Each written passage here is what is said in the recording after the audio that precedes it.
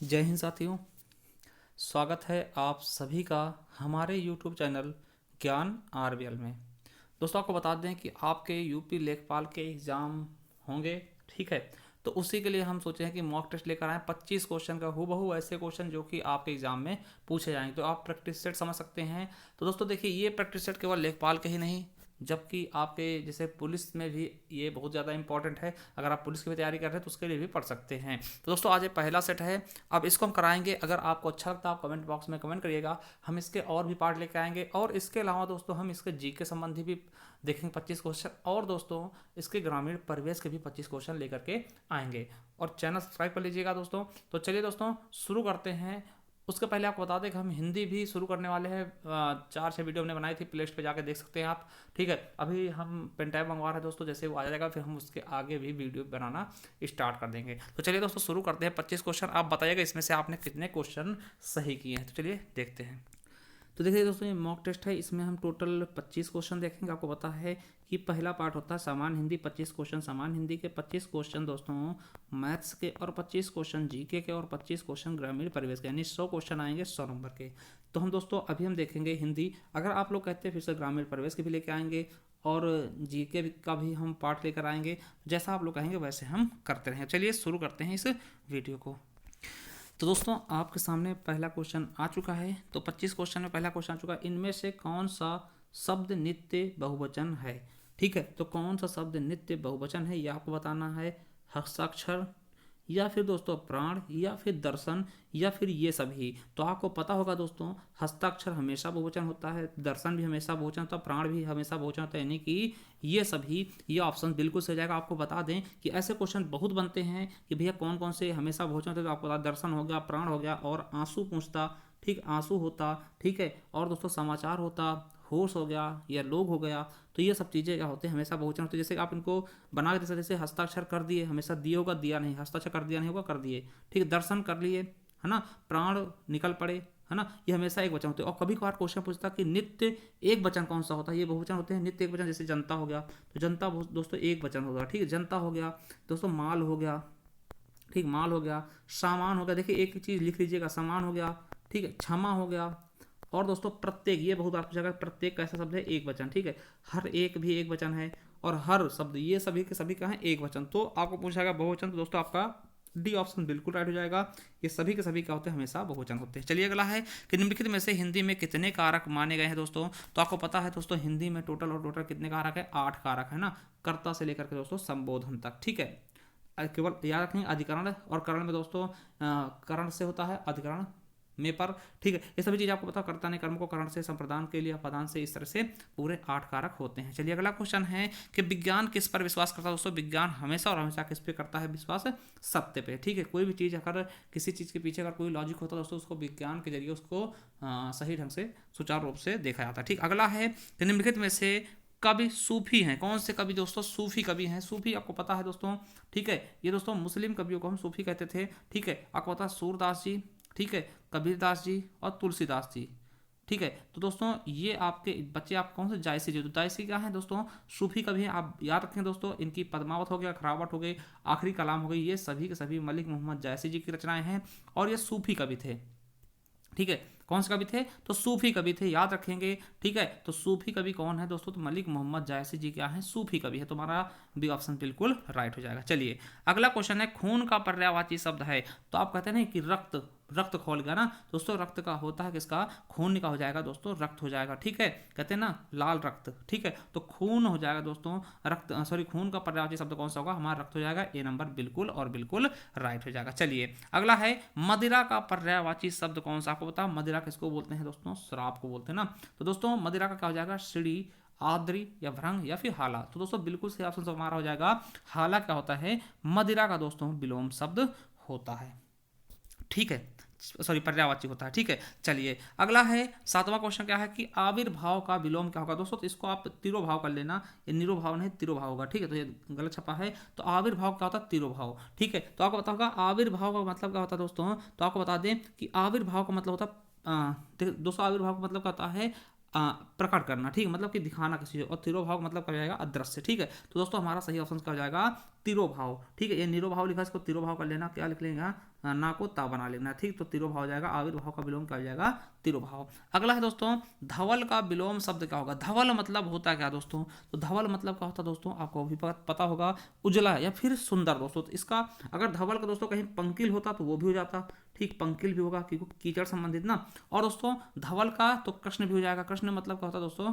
काला टाइप का ना, धवल मतलब उजला, ठीक है। तो ये दोस्तों हम कृष्ण का देख सकते हैं। अब देखिए कृष्ण का विलोम पूछता तो कृष्ण का शुक्ल हो जाता, ठीक है, शुक्ल भी होगा, कृष्ण का शुक्ल भी हो जाता, ठीक है। और दोस्तों तो धवल का भी क्या हो जाएगा, कृष्ण हो जाएगा, ठीक। अगर पंकिल होता वो भी सही होता, मगर दोस्तों यहाँ पे पंकिल नहीं है तो कृष्ण भी इसका बिल्कुल सही उदाहरण होगा, बिल्कुल सही आंसर होगा। अगर पूछता कृष्ण का विलोम शब्द क्या होगा, तब दोस्तों आपको बताना है क्या होगा, शुक्ल हो जाएगा, ठीक है। शुक्ल पक्ष कृष्ण पक्ष आपने सुना होगा, ठीक है। चलिए अगला दोस्तों पराधीनता शब्द में कौन सा उपसर्ग है, दोस्तों क्या हो जाएगा, पर उपसर्ग हो जाएगा, ठीक है। क्या हो जाएगा दोस्तों, पर उपसर्ग हो जाएगा। अगला है प्रतिष्ठित शब्द में उपसर्ग है। देखिए उपसर्ग क्या होता है, जो पहले लगते हैं। तो प्रतिष्ठित शब्द में दोस्तों क्या हो जाएगा दोस्तों, ये बताइएगा। चलिए क्वेश्चन हम आपके लिए छोड़ जाते हैं, प्रतिष्ठित शब्द में कौन सा उपसर्ग होगा, ये क्वेश्चन हम आपके लिए छोड़कर जा रहे हैं। चलिए अगला क्वेश्चन कि घबराहट में कौन सा प्रत्यय है। घबराहट में, ठीक है, तो घबराहट में कौन सा प्रत्यय होगा दोस्तों, तो आहट हो जाएगा। इससे कि दोस्तों बहुत बार पूछा था भुलक्कड़ में कौन सा प्रत्यय होगा, तो अक्कड़ हो जाएगा, ठीक। तो उसी तरह से घबराहट में क्या हो जाएगा, आहट प्रत्यय हो जाएगा, ठीक है। चलिए अगला है भारतीय शब्द में प्रत्यय है दोस्तों, तो भारत प्लस ई है, क्या हो जाएगा, भारत प्लस ई है, भारतीय, ठीक है। तो हमारा बिल्कुल और बिल्कुल सही ऑप्शन हो जाएगा ए नंबर। चलिए अगला क्वेश्चन है मैं मेले में गया था। क्या, मैं मेले में गया था दोस्तों, इसमें कौन सा काल होगा। देखिए गया था, कहा जाए दोस्तों गया था यानी ये काम हो चुका है। तो भैया जब हो चुका है तो वो आपका क्या हो जाएगा दोस्तों, भूतकाल के अंतर्गत आएगा। जो काम बीता हुआ होता दोस्तों उसको किसमें रखते हैं हम, भूतकाल के उसमें रखते हैं। तो हमारा बिल्कुल सही ऑप्शन क्या हो जाएगा, सी नंबर, बिल्कुल राइट हो जाएगा। चलिए अगले क्वेश्चन तक चलते हैं। 14 नंबर क्वेश्चन क्या है, 14 नंबर क्वेश्चन क्या है दोस्तों कि संहार का संधि विच्छेद क्या होगा। दोस्तों आपको कहीं भी अगर सा के ऊपर बिंदी मिल जाए आप उसको हमेशा माँ में तोड़ देंगे, तो सम धनहार। दोस्तों ये वाला देखिए माँ में हलंत भी लगेगा, समधरा। जैसे संसार होता, संसार का पूछता तो संसार में क्या होता, तो समधन सार हो जाता है। क्या होता है, समधन सार। किसी में भी अगर सा के ऊपर बिंदी है तो उसको दोस्तों आप माँ में तोड़ेंगे और माँ के नीचे हलन लगा लेंगे, ठीक है। तो बिंदी को हम आधे माँ में तोड़ के हलन लगा, समधन सार समसार। तो दोस्तों ये कौन सी संधि होगी, दोस्तों आपको पता होगा ये आपकी व्यंजन संधि होगी। क्या हो जाएगी, व्यंजन संधि होगी, ठीक है। जहां कहीं भी हलन लगा मिलेगा वो आपका व्यंजन संधि ही होता है। चलिए अगला है रमेश का संधि विच्छेद होगा, रमधन ईस। देखिए रमधन ईस नहीं हुआ, देखिए ये भी गलत है। देखिए सब इसमें तो बिल्कुल सही गलत दोस्तों, ये इसमें एस सही नहीं लिखा, इसमें ईस भी सही नहीं लिखा, तो इस तरह देखते हैं क्या हो जाएगा, रमाधन ईस, ठीक है। हो जाएगा रमेश का क्या होगा, रमाधन ईस। दोस्तों क्या हो जाएगा, रमेश हो जाएगा। कौन संधि, तो आपसे पूछे कौन संधि दोस्तों, गुण संधि, आप बता देना, ठीक है। चलिए अनुचित दोस्तों, अनुचित का समास होता है दोस्तों, अनुचित। अनु दोस्तों क्या लगा है, इसमें प्रत्यय उपसर्ग लगा है दोस्तों। जिसमें उपसर्ग लगा होता है दोस्तों वो लगभग कौन सी जाति का होता है दोस्तों, अव्ययभाव, ठीक। अव्यय शब्द पहला जिसका दोस्तों पहला पद प्रधान होता है दोस्तों वो अव्ययभाव समास होता है। और दोस्तों इसमें अव्ययभाव समास होगा। देखिए द्वंद्व समास में दोनों पद प्रधान होते हैं, तत्पुरुष में अंतिम पद प्रधान होता है दोस्तों। और आपको बता दें कि इसमें दोस्तों कारक चिन्ह पाए जाते हैं, और बहुब्रीहि समास में कोई भी पद प्रधान नहीं होता। तो दोस्तों हमारा बिल्कुल सही ऑप्शन डी हो जाएगा। चलिए अगला है गगनचुंबी, गगन को चूमने वाला। तो देखिए को चूमने वाला यानी कि दोस्तों क्या आ गया, आपका कारक चिन्ह आ चुका है दोस्तों। क्या हो जाएगा, कारक चिन्ह जहां कहीं भी आता है गगन को चूमने वाला दोस्तों तत्पुरुष समास हो जाएगा। क्या हो जाएगा हमारा बिल्कुल सही ऑप्शन ए नंबर, तत्पुरुष समास हो जाएगा। चलिए अगला है कि रचना की दृष्टि से क्रिया के कितने भेद हैं दोस्तों। तो रचना की दृष्टि से क्रिया के दो भेद होते हैं, अकर्मक और सकर्मक। क्या दोस्तों, अकर्मक जो कर्म के कर्म रहित होता है दोस्तों उसको अकर्मक, और जो कर्म के साथ होता है उसको हम सकर्मक बोलते हैं। तो दो हो जाएंगे, कर्मक, अकर्मक और सकर्मक क्रियाएं, ठीक है। चलिए अगला है हंसना किस प्रकार की क्रिया है। हंसना कौन सी क्रिया है दोस्तों, देखिए हंसने से कोई भी क्रिया नहीं हो रही दोस्तों, ठीक है। हंसने से कोई भी क्रिया नहीं हो रही दोस्तों, तो आपको ही पता होगा ये कैसी अकर्मक क्रिया हो जाएगी। हंसना कौन सी क्रिया है, अकर्मक क्रिया है। देखिए अगर यही कहता है हंसाना, तो हंसाना कौन सी क्रिया होती है, तब प्रेरणार्थक क्रिया होती है और वो प्रथम प्रेरणार्थक क्रिया होती, ठीक है। मगर यहाँ पे केवल केवल हंसना पूछा दोस्तों, तो ये क्या हो जाएगा आपका अकर्मक क्रिया हो जाएगा। बिल्कुल अच्छे समझ रहे होंगे। चलिए अगला क्वेश्चन, आलस्य से विशेषण बनाइए।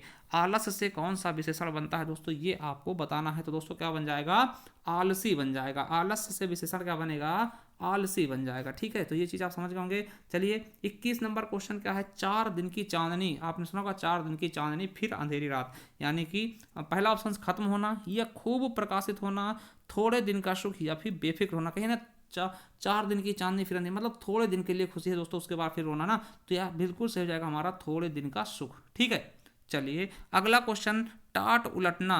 टाट उलटना मुहावरे का सही अर्थ क्या होगा, तलाशी लेना या सफाई करना या दिवाला निकालना या फिर दोस्तों अपमान करना। ठीक है, तो टाट उलटना मतलब क्या होता है दोस्तों, बिल्कुल सही ऑप्शन क्या हो जाएगा आपका, दिवाला निकालना। ठीक है, चलिए अगला, निम्नलिखित में से किस शब्द का वर्तनी सूत्र, दोस्तों आध्यात्मिक कैसे लिखें, आध्यात्मिक हो जाएगा। ठीक है, चलिए अगला है, रिक्त स्थानों की उचित शब्दों द्वारा पूर्त कीजिए। वह पूर्वक सबके सामने झुक गया, तो किस प्रकार से वो झुका है दोस्तों, तो कैसे पूर्वक दोस्तों, वो कैसे, विनय पूर्वक, एकदम मतलब कि विनम्रता से दोस्तों सबके सामने झुक गया। तो हमारा ए ऑप्शन बिल्कुल और बिल्कुल राइट हो जाएगा। चलिए अगले क्वेश्चन तक देखते हैं, और ये शायद अंतिम क्वेश्चन होगा दोस्तों आज का, 25वां क्वेश्चन, शिक्षा का वास्तविक मानव को पूर्णता प्रदान करता। दोस्तों तो वास्तविक क्या होगा दोस्तों, तो वास्तविक उद्देश्य, शिक्षा का वास्तविक उद्देश्य मानव को पूर्णतया प्रदान करना। दोस्तों ये आपका बिल्कुल सही ऑप्शन होगा। तो यहाँ पे हम डी ऑप्शन भर के दोस्तों, क्योंकि पिछले साल दोस्तों ऐसे ही जो प्रीवियस ईयर पेपर हुआ था दोस्तों, उसमें ऐसे क्वेश्चन पूछे गए थे, तो उसी के हिसाब से दोस्तों ये प्रश्न पत्र था। तो कैसा लगा आपको वीडियो, आप बताइएगा कि कितने क्वेश्चन आपसे सही किए। और दोस्तों आप जाइए हमारे हमारे प्ले लिस्ट में, वहाँ पे आपको दोस्तों बहुत सारे प्ले लिस्ट मिल जाएंगे, ग्रामीण प्रवेश के भी, हिंदी के भी। ठीक है, तो दोस्तों उन्हें पढ़ लीजिएगा, बहुत अच्छे से आपके पेपर में मतलब कि काम आएंगे। ठीक है, चलिए दोस्तों मिलते हैं नेक्स्ट वीडियो में, तब तक के लिए जय हिंद जय भारत। कैसा लगा कमेंट बॉक्स में कमेंट करिए। थैंक यू, धन्यवाद।